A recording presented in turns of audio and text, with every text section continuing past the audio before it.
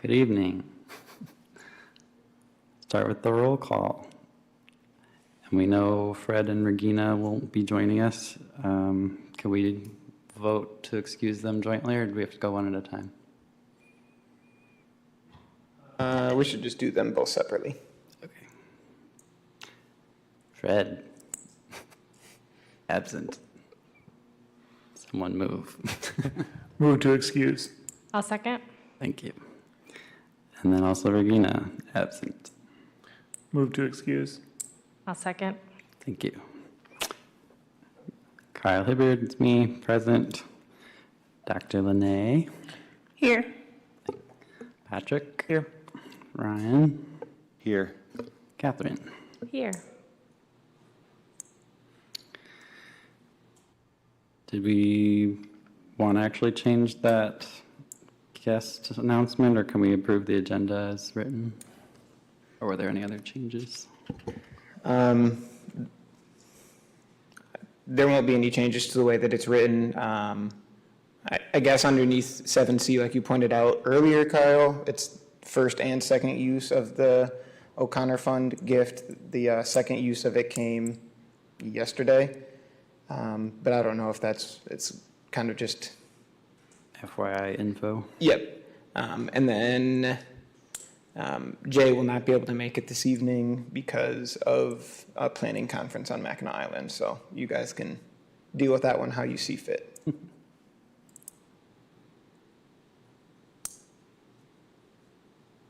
So we just need a motion to approve the agenda, please. I'll move to approve the agenda as amended. Second. Thank you. Introduction of guests. Would you like to introduce yourself this evening? My name is Sue Lawson. And if you could come to the podium, sorry.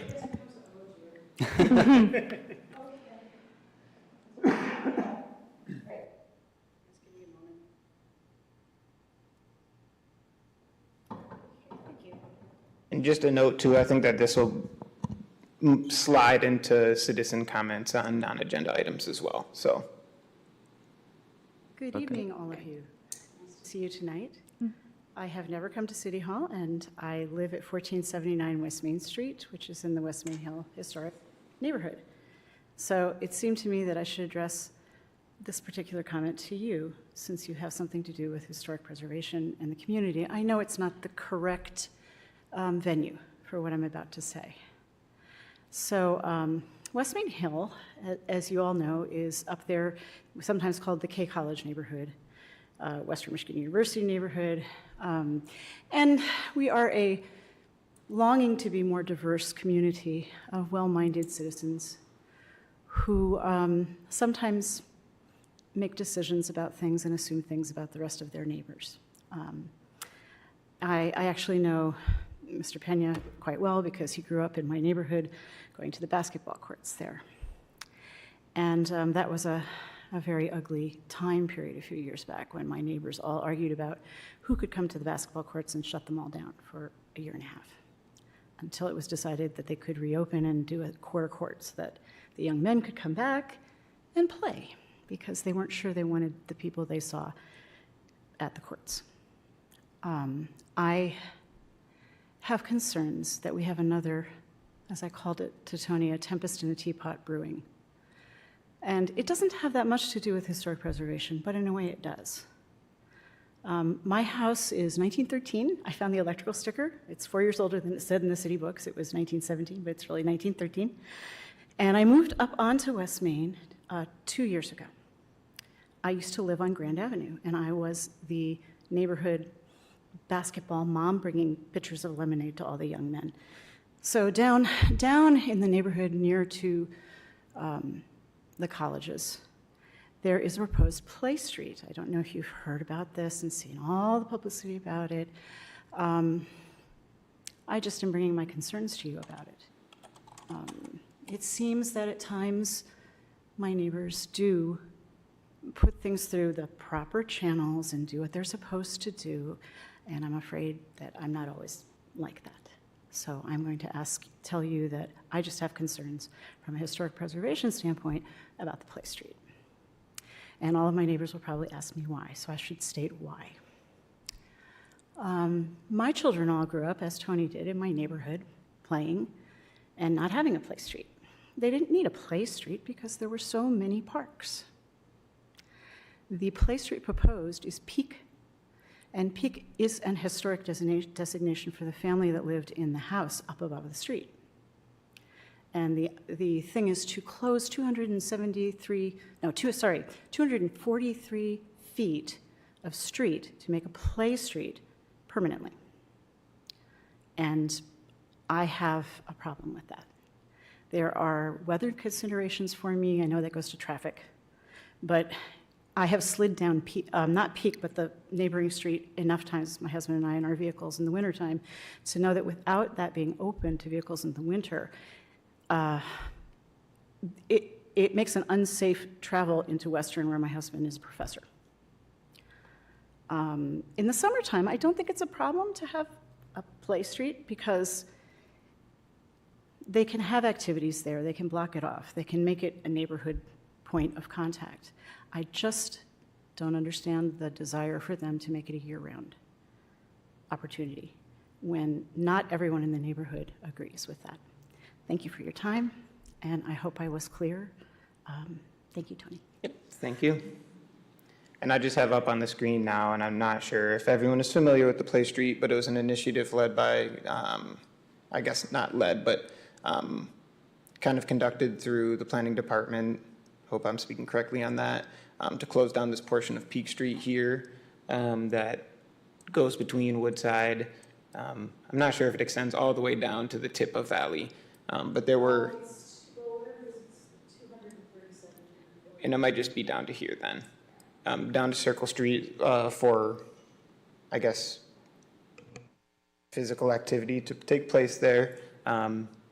As Sue was saying, this portion, I guess Peak Road was named in honor of the family that lived at this house before this was named Glen Street.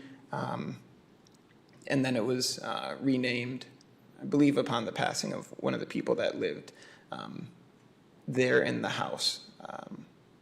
Just to give you guys some background on the entire thing. So are they going to put up those concrete boulders to keep people from going? I'm not sure at this point what's going to happen in the future. I mean, I guess from the historic preservation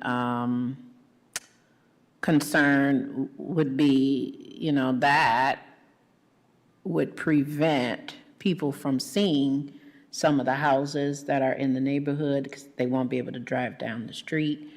You put those boulders up, well, that's not pretty. You know, we don't want to look at that, you know, so. And then what does that mean for the houses that are on that block between the two, you know, between the two areas of where they're going to the street, the start and stop?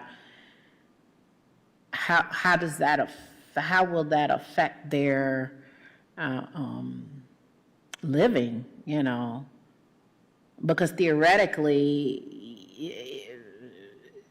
when we're talking about a resale value, is somebody going to purchase a house that's on a street that they can't physically get to in their vehicle, which leads to people not, you know, could potentially leave the block, and then you don't get anyone to purchase the home, then the home turns into a, you know, it becomes a domino effect. Becomes a, you know, vacant home that nobody wants to buy. So from a preservation perspective, I think that's the stance or the questions we should be asking. You know, I get that it might be a road danger, but we're concerned to making sure that those homes don't get dilapidated because, you know, people like, well, nobody can get to my house, so I'm going to sell and, you know, what have you, so. Yeah, and I don't believe that there are any homes that are on Peak proper. I think that this house here is actually on Woodside. So I think it might have been, used to have been oriented the other way and faced Glen Road when Peak was Glen Road, or had the address on Glen Road. And I can't speak in all honesty to the traffic access side of things for driveways and stuff.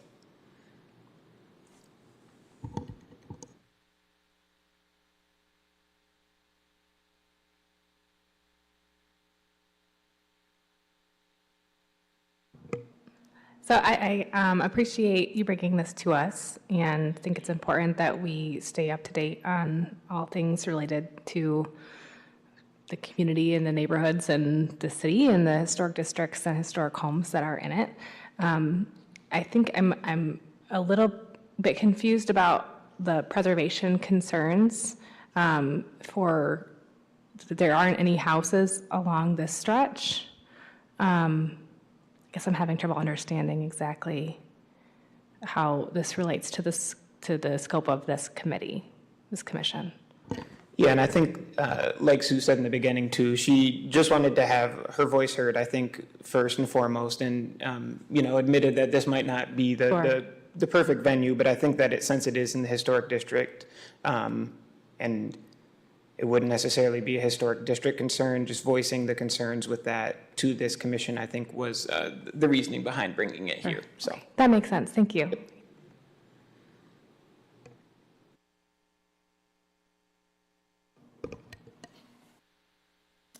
So is there a request for like a letter of support to the people who are in charge of roads?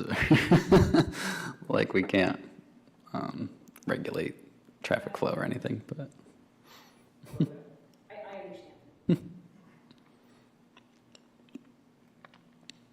Yeah, if there were houses there, I guess that was my point. If there's houses there, yeah, we could speak up, but if you're saying there's only really one house, which isn't even facing that street, I agree with Catherine. I don't know how we could assist or what we could do to help with the situation.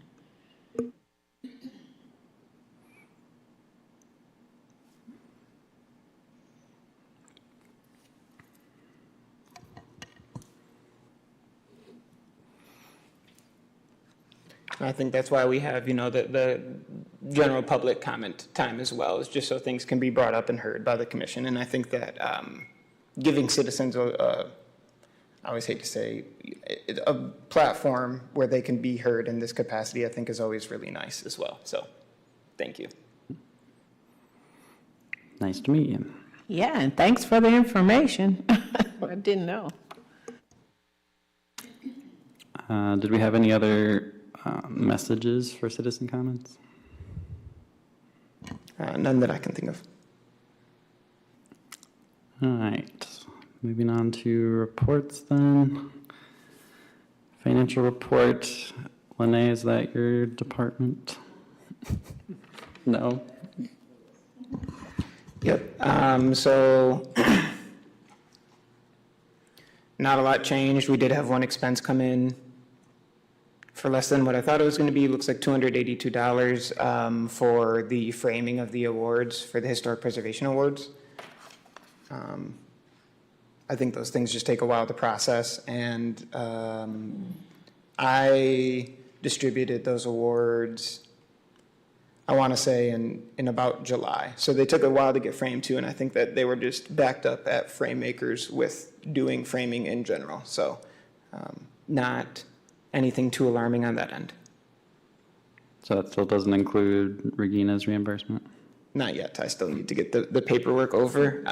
And the grantable funds for the O'Connor Fund have also not moved. I feel like sometimes I usually wait to get a letter from the Kalamazoo Community Foundation, and sometimes the online ones I think lag a little bit behind, but it looks like we're holding true and staying steady in the grantable fund portion.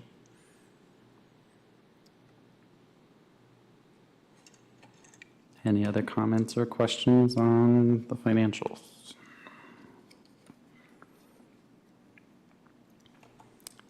Moving on then to 6B, diversity inclusion.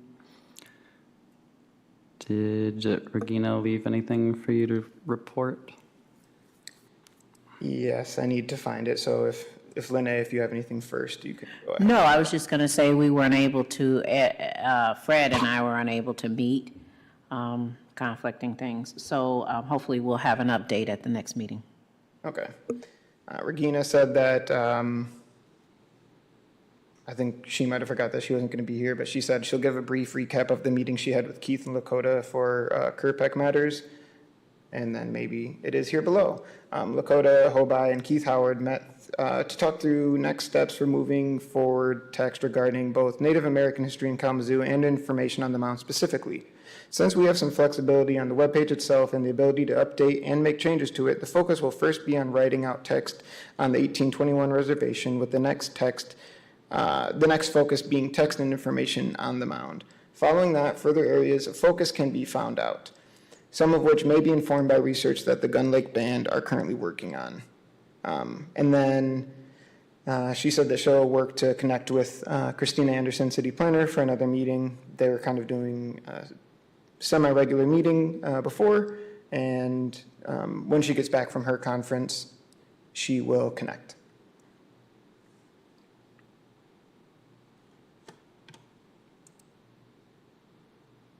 And that's all that she had, sorry. Thank you. And we'll stick with you for inventory and surveys. Sweet. I had a meeting with the people that work on the survey, going to schedule the meeting with all of us and them together, but talking about ways that maybe we could look at the survey. You know, Ben Clark, who is the kind of GIS guy here at the city, and then I both inherited this program from our predecessors, and Ben was kind of saying, is there any ways that we could kind of make the process ours?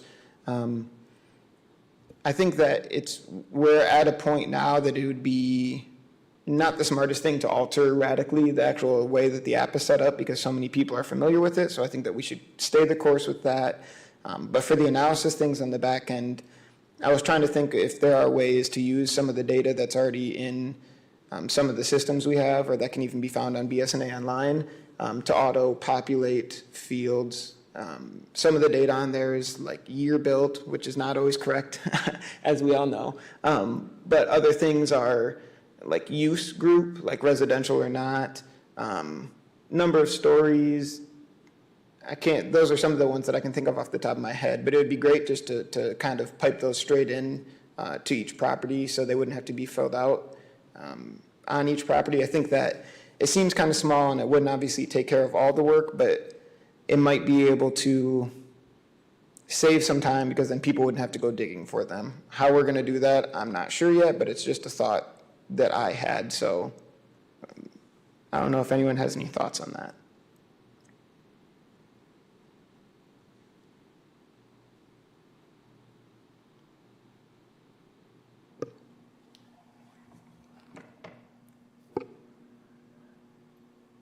This could be an RPA thing, if we're talking about some very specific pieces of data and they're in consistent locations.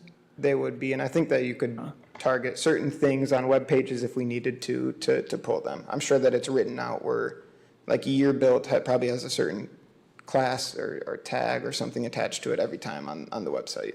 Or Yeah. going through that, pull that stuff out. Yeah.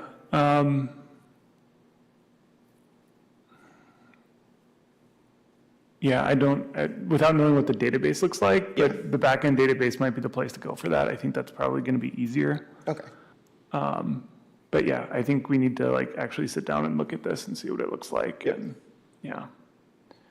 Have been getting semi-steady volunteers signing up through the Imagine Kalamazoo webpage too, which is always reassuring. So always happy about that. I can't remember if we talked about this last time, but there was, maybe we did, but there was a Fox News story that ran too, and I think that helped pick up some publicity for this as well. I can only hope. So I think any publicity is good publicity for it, and hopefully people continue to sign up as volunteers because we need them. There was a Fox News story. Yep, a Fox 17 story about it. Okay, first, I didn't see it. We'll back and look for it. And second, correct me if I'm wrong, but Fox is mostly, was at 17? They're Yep. coming out of Grand Rapids, right? Yep. So most Kalamazoo people that I know, we're going to look at Channel 3. Yep. So the question is, can we have something similar run on there as opposed, because here's the thing, that is a great idea, because I did get questions like, what are you doing? Yeah. So I don't know if we could contact that media as opposed, and link those stories to your website. Yeah, and I think that the city did take the Fox one, and it's on the website for Fox as well. So hopefully, I know a couple of people said they saw it, but I don't know how people get their information all the time. But I think that that's a certainly valid point, that looking at Channel 3 would probably be much more direct to this area.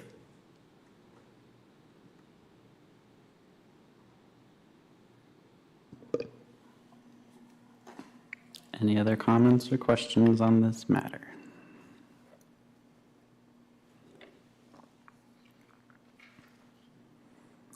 Moving on then to the Grave Issues Subcommittee.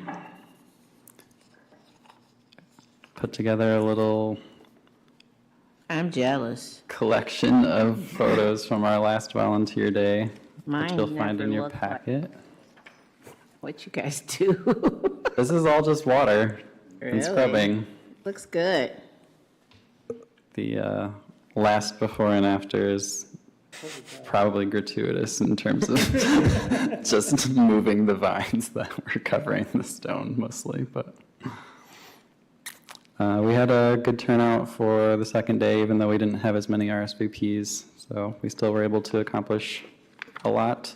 And then Luis found out that even though we were talking about doing another volunteer day still in October, the water has been shut off in the cemetery for the season. So looks like we are done for this year in terms of active cleaning, but we are tossing around the idea of maybe doing some sort of educational presentation or flyer or something that we can distribute maybe, just to keep up interest and momentum on the subject until we can resume next year. So Luis has been researching things. If you want to share anything, but. Yeah, and there was also a second wave media story about this, which I thought was cool. And again, a cool way to spread the word about the cleaning. So it's included in the packet, and people can check that out if they want. Pretty much just kind of tells what we were doing. The water did get shut off at the end of last month, and as we all know, that's kind of a key part of doing the cleanings. So important to recognize that. I was doing some research, and I can't even remember why now, but I think that what I was finding is that the gravestones are kind of more like houses than I thought, and some of them had stylistic things that were big during certain times, which is cool to me, I guess. I might just be nerding out about it, but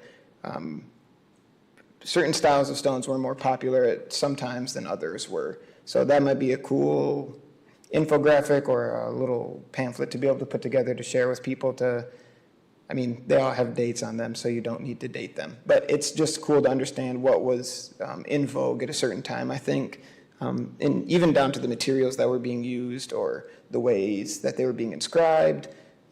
I think that as people became more established in an area, they had more things at their disposal and then could start making a wider variety of stones. So just something cool for me to see when I was doing some research. To add on to that, this last time, I found myself wondering as I'm cleaning these gravestones about the things that these people lived through, right? And so if there were to be some sort of pamphlet, I wonder if it would be an interesting thing to provide some key dates too, either things that were happening nationally or globally, or even in Kalamazoo-centric things. If you're cleaning a gravestone with somebody who was alive in 1820, then perhaps this might have happened. I don't know. I found myself thinking about that as I was doing it, and perhaps that could be a fun thing to give to people. Yeah, and I think that they all tie 3 together, and just like a house too, you start to see reflections of the people on the things that they were making, Right. like as a manifestation of that time, which I always think is cool. And it also brings you closer to the people. They become more than just stones then, and you realize that they were people, which I think is another great thing for the cleanings. So Yeah. just interesting things when you're doing this, and you're literally uncovering stuff. So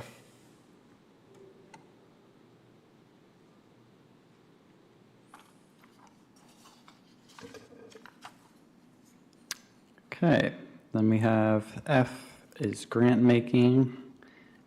And I have a small, short report, just that we're continuing to plug along with the grant-making committee. Pam let us know this week that she received confirmation of our last grant-making committee member, so we now have a full committee.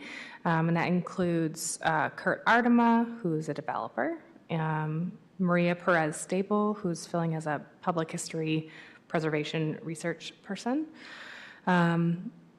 Nelson Nave as an architect, Pam O'Connor, of course, and then myself as the KHPC member. So that's our 5-person grant-making committee, so that's nice that that's now complete. I drafted a communications and promotions plan, which will be discussed at our next meeting. There is a mock application being developed based on the application we created by Fred Edison, and that I think he'll be getting that to us shortly. We have a meeting next week, I believe, the 19th, and then the next steps for us will be to convene the grant-making committee, so that 5-member committee that's now established, for a training based on Fred's mock application. We'll disband the organizational committee that's been working hard for the last, I don't know how many months, maybe a year, I don't know how long it's been, to develop this, and then we'll begin making grants. So we are moving along. further grants. Further grants, yes. Yeah, so our subcommittee is meeting again. Do you know the date? It's the 19th, I believe. yep, a week from today. Yes, I think it's at 11 a.m., is that right? Pretty sure. That's usually when they are. Yes. Thank you. Oh, how do we have a report? So we did not have a meeting this month, but you said you were going to contact Sharon about that house, did you? Yes, they're still not all the way moved into that house. I've been in touch with the people at that house, and they're still just not all the way in. So, All right, so no, we will probably not have a window demonstration by October. But that's something we can do maybe in the winter. Maybe we can shoot for November, or December. And then we can also meet in the future for next year's educational programs that we have. But because I think our target was to have the window presentation by the end of October, but I don't think we're going to make that. This would just be interior then? Yes, well, obviously going into the interior, but that's a good point. You know, And we were maybe for, focusing on the weights and stuff, right? right, and the windows that I have in my house, my rental house, are the pins, and she needs the ones with the double hang and the weights, and I didn't have it. Kurt Ardema, he's got 4 houses. I'm like, geez, how many houses do you have? And he didn't have it. We all had pins. So that's why we were going to use that house. yeah, and I think if this continues to become a stumbling block for the sash weight versus pin discussion, A, we can start to look at maybe there's more pins in the homes than we're aware of, and B, I think there's still a lot of value to learning how to take a sash out. It's a little bit different when you do have sash weights. really one string or one piece of rope difference. But learning how to take off the window stops on the inside of the house, I think, is a valuable part. I can also explore the sexton's lodge again because some of those windows are cracked right now, and I have a lot of windows in there that are just kind of sitting up. And I think that glazing to me has always been another really big thing, that regardless of the actual operational system that you have for keeping the windows up, you will have to learn how to glaze, fixing the glass. So that would be something that we don't even need to take them out for. Just a thought. Right. The Sexton's Lodge is great, but they don't have any heat, water, toilet. So we can't do it by this. So great idea maybe for next year, but. Well, we might be able to figure something out. I'm not sure. We might be able to figure something out. So I know that there was, I think, some interest in, I think there's always interest in having windows fixed because you don't want to have them broken. I think it does not lend itself well to making it look like the building is inhabited, even if it's not, which the Sexton's Lodge obviously is not. But Did anything happen with Vine, was it, wanted to do? yeah, no, finding a house is proven to be the most difficult thing, in my opinion, for this, to work on this kind of stuff. Having someone who's willing to let people that they don't know come into their house is number one. B, people that might not know how to do the window things and they're trying to hop into it too is the second thing. And then three, I think that vacancy is another big one. If people are in the house, I think they're way less inclined to let those first two things happen. So finding some kind of house that has an institutional use, or a house, I guess, that's in between renters is an important thing.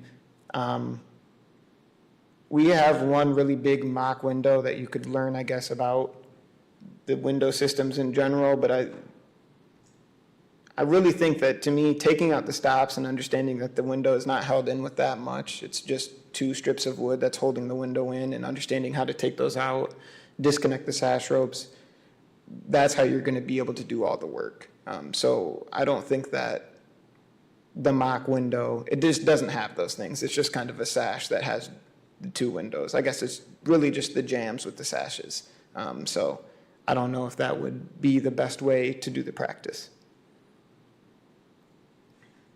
Yeah, I mean, I have that in my home, but I don't want people traveling through my home. I have a bunch of windows, but no. And then I think it begs the question too, if we just want to have a glazing workshop, that's something we can certainly do. I mean, to glaze, all you need is a sash. And like I said, I think at the Sexton's Lodge, we probably have 15 just sitting in the corner. I don't know if cutting glass is something that we would want to venture into because it's annoying, kind of difficult, but I think that just looking at setting glass in and then putting down the putty with glazer's points is something that I feel like most workshops kind of lead towards, is how to put that new glass in if it gets broken, and showing that it's not super prohibitive to me.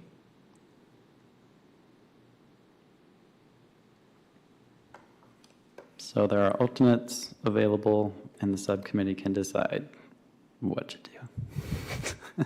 Certainly. Moving on then to old and new business. We have an insert in our packets from Pam about an event proposal for Historic Preservation Month next year. Hopefully you all had a chance to look that over. I do not think that I'll read the entire memo because it's rather lengthy, but I can kind of go through some of the meat and potatoes things of it. Pretty cool opportunity for the author of a book to come here to Kalamazoo. The book, and there's a really cool website online of the book's table of contents where you can see what cities and what properties were highlighted from each city, which, again, I just nerd out on it.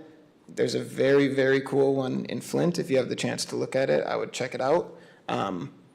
But next year, the author Jeff Morrison. I think Pam wants to have him be able to come here, give a talk about some of the sculptures that are here in Kalamazoo. The book is about sculptures, architectural sculptures. Have Lynn Houghton give a walk around and kind of highlight some of those sculptures.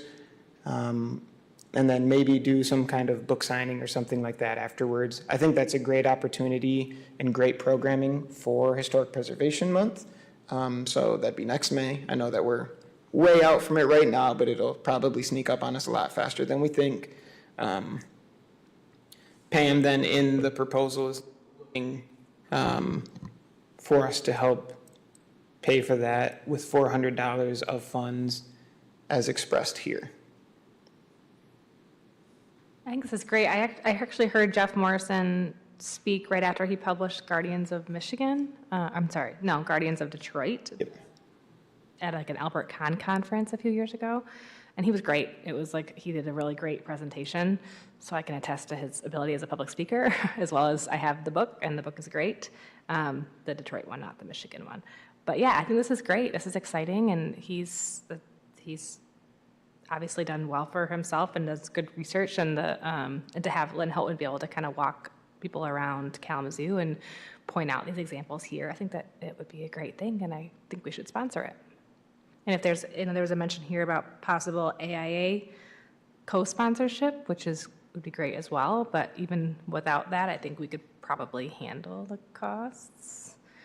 That said, always happy for a co-sponsor. Yes. Right, so. I think that AIA, American Institute of Architects, would be a great co-sponsor for the event as well, just to spread the awareness about it and to co-sponsor it. I think that would always be welcome, as Catherine was saying. Looking through, I don't have the book, but looking through, I think, the foreword and stuff, it is really a cool approach that he was taking and using telescopic lenses, it looks like, to take pictures of things that in Kalamazoo, I admittedly would almost take advantage, or, take for granted every day, walk by them and not pay much attention to them. So I think it's really cool to highlight that artistry and kind of show people things that are generally way physically above their heads that they would not see because they're so high up off the ground. He also did a good job on the Detroit book of highlighting specific sculptors, and I'm not sure if he's doing that in Kalamazoo at all. I'm not sure that he would talk about them here. I think that Parducci did some of the sculptures on the Kalamazoo Gazette building. I know that this building is on there, the courthouse is on there, and the Kalamazoo Gazette building are the ones that are in the book. But, there's also cool things on the State Theater, inside and out, but I think this is primarily an external book. Cool things on the Fifth Third, the bank building downtown, cool things on some buildings on the mall. I think they're hidden all over, and I'm sure that he would have great things to talk about regarding that. Yeah, I think Parducci was definitely the focus of the Detroit book because he did so much work. But I didn't know Parducci did work here too, so there you go.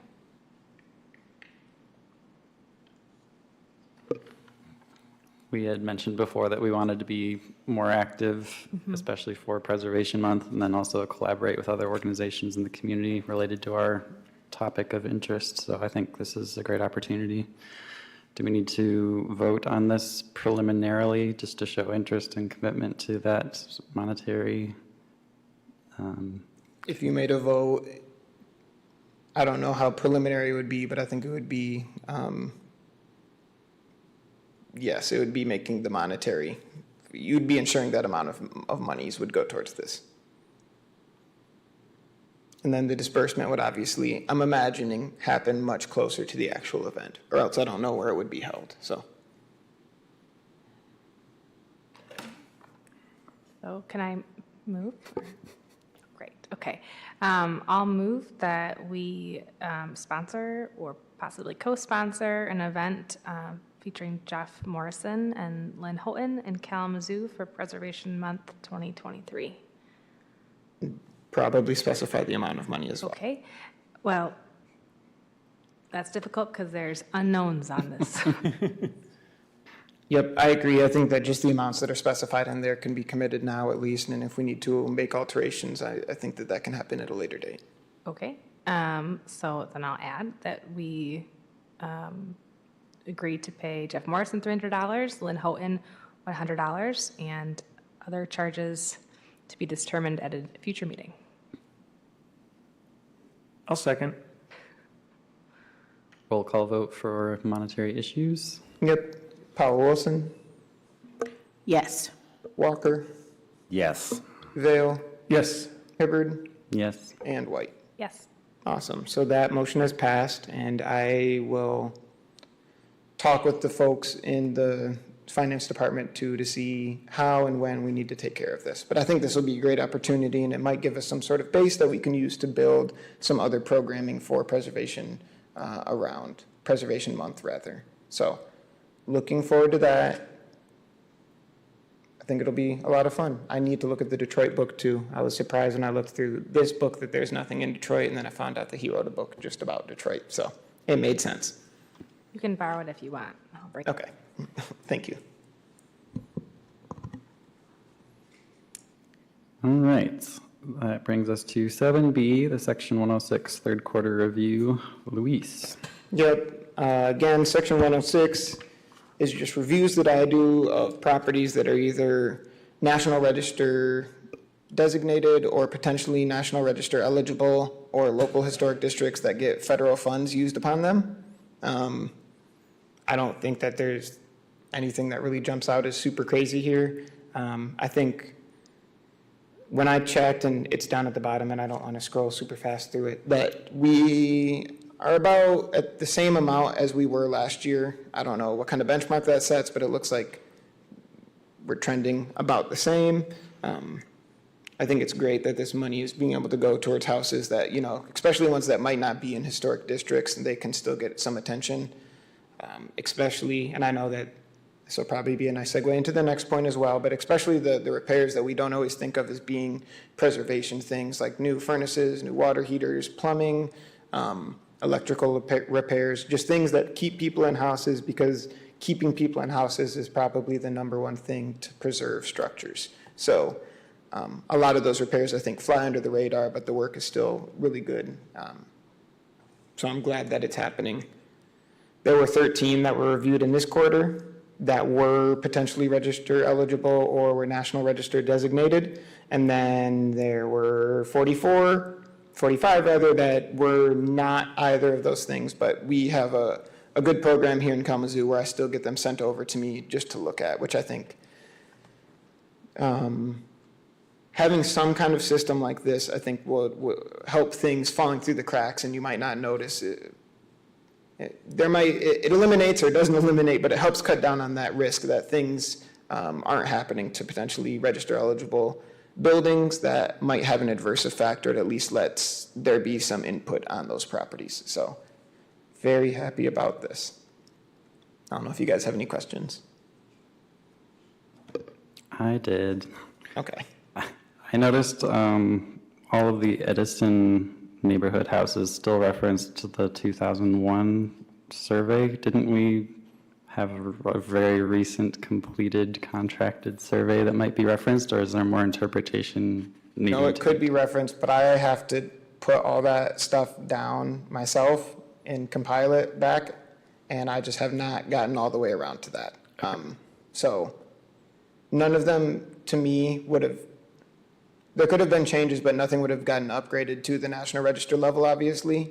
But that is a very good catch, because there was the survey recently, but I just have not got around to the point of compiling it into a list for my reference every time yet. Right now, I have a list that goes by street and then breaks it down by address, so I will get around to that. But thank you for your discerning eye.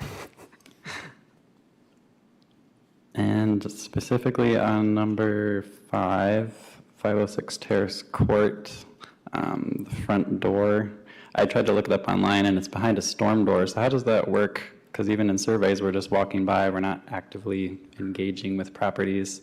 How do we know what to match if we can't actually see it from the public right-of-way?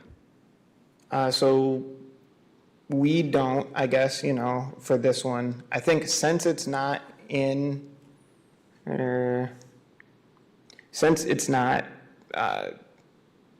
local historic district, actually, it doesn't really give you the most teeth for the situation. So that's one. There's no way for me to say you guys have to make a one-to-one replacement. I think that following then the spirit of the door replacement is what I would strive for. And that's what I stipulated in my comments back, so. Okay.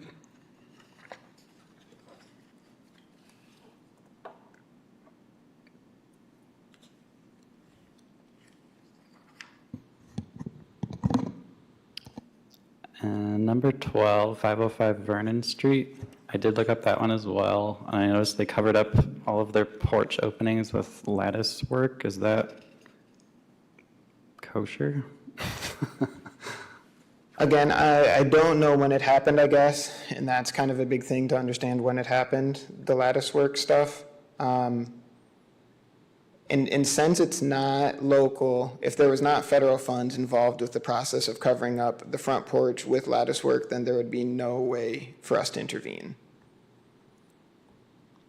And I think intervene is probably too strong of a word, frankly, to have any kind of review input. Yeah.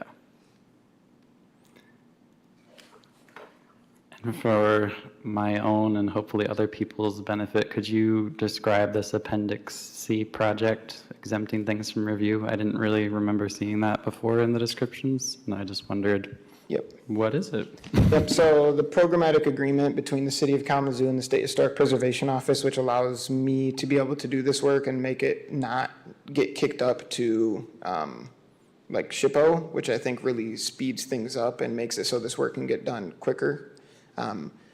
Appendix C is a list of repairs that can be done that, in my opinion, are things that are rather utilitarian or would not have any kind of visual impact upon the house if conducted in a certain manner.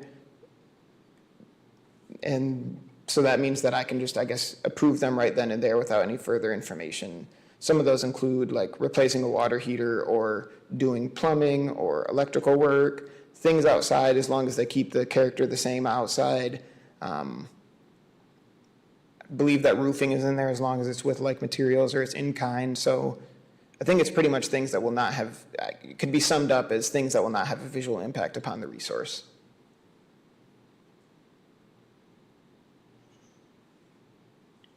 But thank you for asking. Thank you for explaining. Anyone else have comments or questions?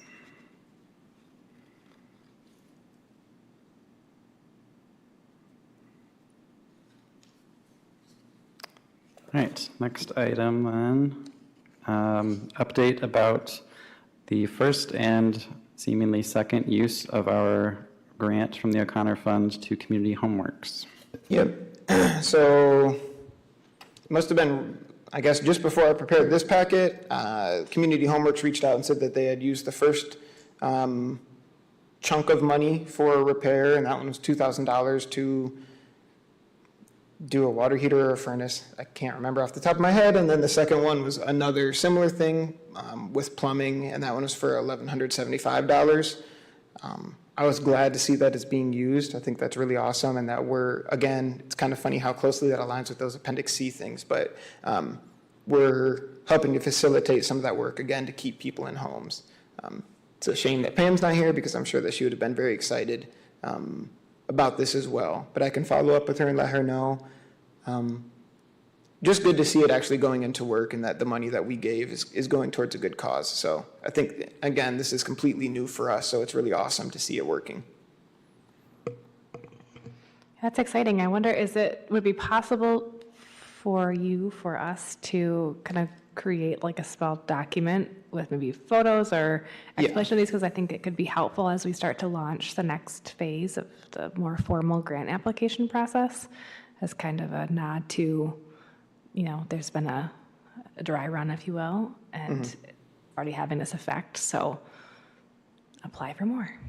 Yeah, I think that I can certainly put together like a running tally. I didn't do it for this one. I don't know why I didn't, but I can put together a document that lays out what each project was and then the amount that was expended upon each project. Visually, I don't think that they're the most exciting things because usually they're just going to, that's not to say that there won't be a time when they aren't, but right now it's just pretty much stuff like plumbing or some wires got fixed here or new water heater, old water heater. But I can certainly put together a document. I think that the tracking is going to be super important for this, so we can understand, A, how the money was being used, where it was being used, and then B, for, I guess, internal celebrations too, to say that, you know, this is great that we are doing this, and we can show that we are contributing to causes that are outside of the, I guess, the traditional realm of preservation as well, which I think is great, and the intersection with helping people stay in homes and fixing homes. Yeah, I think that last point is the one that I'm most excited about with this. I think it's, you know, aesthetically, you're right, a water heater isn't going to be a great visual image for publicity purposes, but yeah, I think it's really wonderful that we're helping people with the utilitarian, you know, means that help people stay in historic houses. It's not just about pretty porches or whatever. Yep. I agree 100%. Yeah, thank you. That'd be a great inclusion also, even if it's not award winning, but as sort of like year in review at our awards ceremony. I completely agree. Completely. All right. Reviewing the notes from last month's meeting, did we have any edits or input? I do. Unfortunately, I was not able to attend last month, and I don't think that that was marked. Or maybe not excused either. I don't know. I definitely told you all in advance. But I see in the minutes that it wasn't marked that way. Yep, you're right.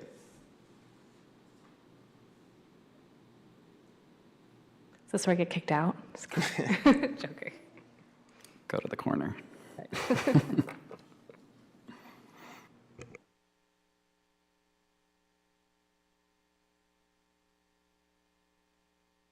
Looks like we're still having issues with subheadings, or the order, I guess I should say. In 6, we go A, B, B, C, F, G again. Yeah, I think that this month I had a heck of a time, and I don't know why it wasn't working for me, but you're right. And then currently labeled G, it says Powell Wilson responded that sash weights were one of the things that should be present. Insert the word that, I would say. And following, Edison said that, and weights is misspelled, all on that same line.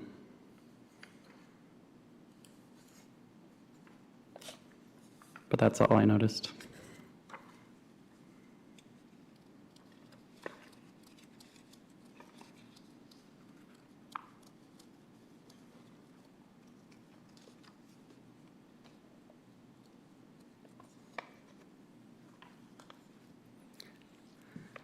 There are no further comments or edits. Can we get a motion to approve the minutes as amended? Please. Motion to approve. I second.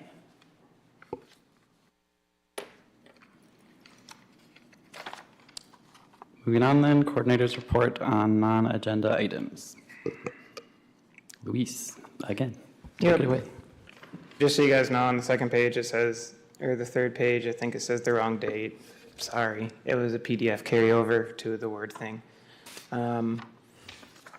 Nothing really jumps out to me here either. I think that, like I said, the Section 106 reviews are pretty close, one-off, so, to what they were last year, which is, I guess, interesting to data nuts, I guess.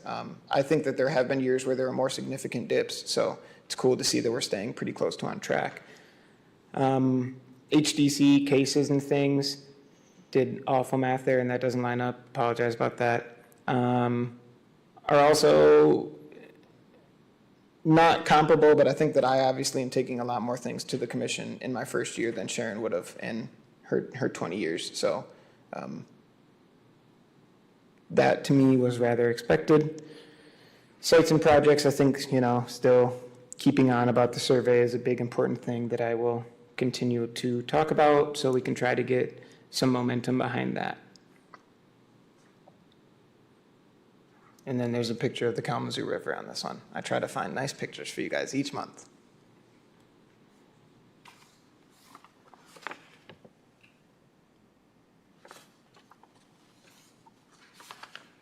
that's all that I have there.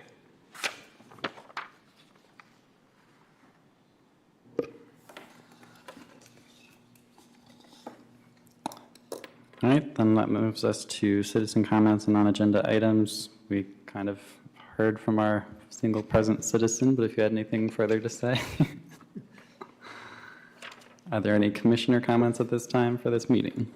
I don't know if it's an interest to the committee or the commission.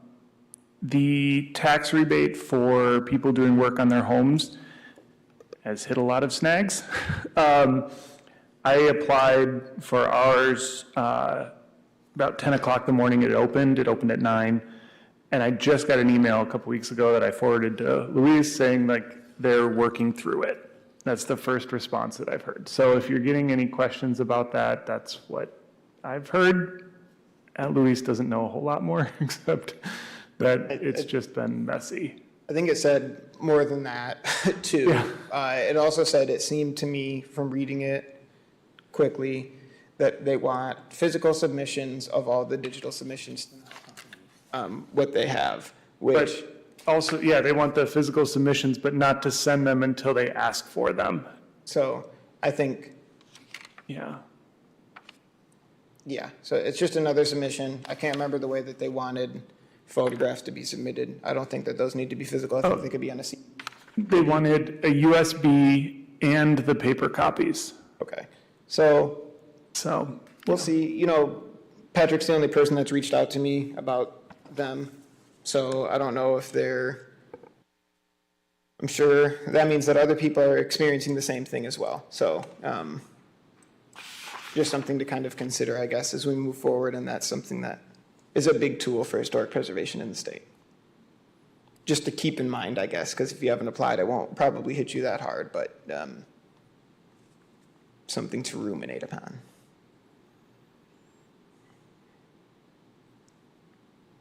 And to clarify, this isn't the program that just came back that was only commercial and opened for 2 weeks or something? This was the program. So there was $4 million dedicated to commercial projects, $2 million for projects $2 million and above, $2 million for projects $2 million and below, and $1 million dedicated to residential properties. Yep. The $4 million probably went about 6 hours. I don't know if that's me being liberal or conservative with that amount of time. And then the amount of money that was dedicated to residential went in about 13 days. So it also went extremely quickly. yeah. And I have not got a lot of people reaching out to me saying that they heard back. So I think on one hand, that's a good thing. On the other hand, I'm Yeah. not sure about the moving forward process. I hope that it can continue to be semi-smooth, and that's all we can hope for, I guess, is semi-smooth. Yeah, I don't know that we necessarily have a role to play in this, but just to make people aware of what's going on.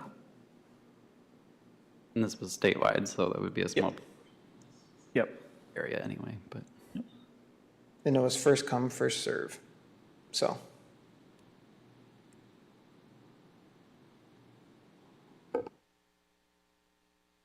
If there are no further commissioner comments, we can move to adjourn. I'll move to adjourn. Thank you, everyone.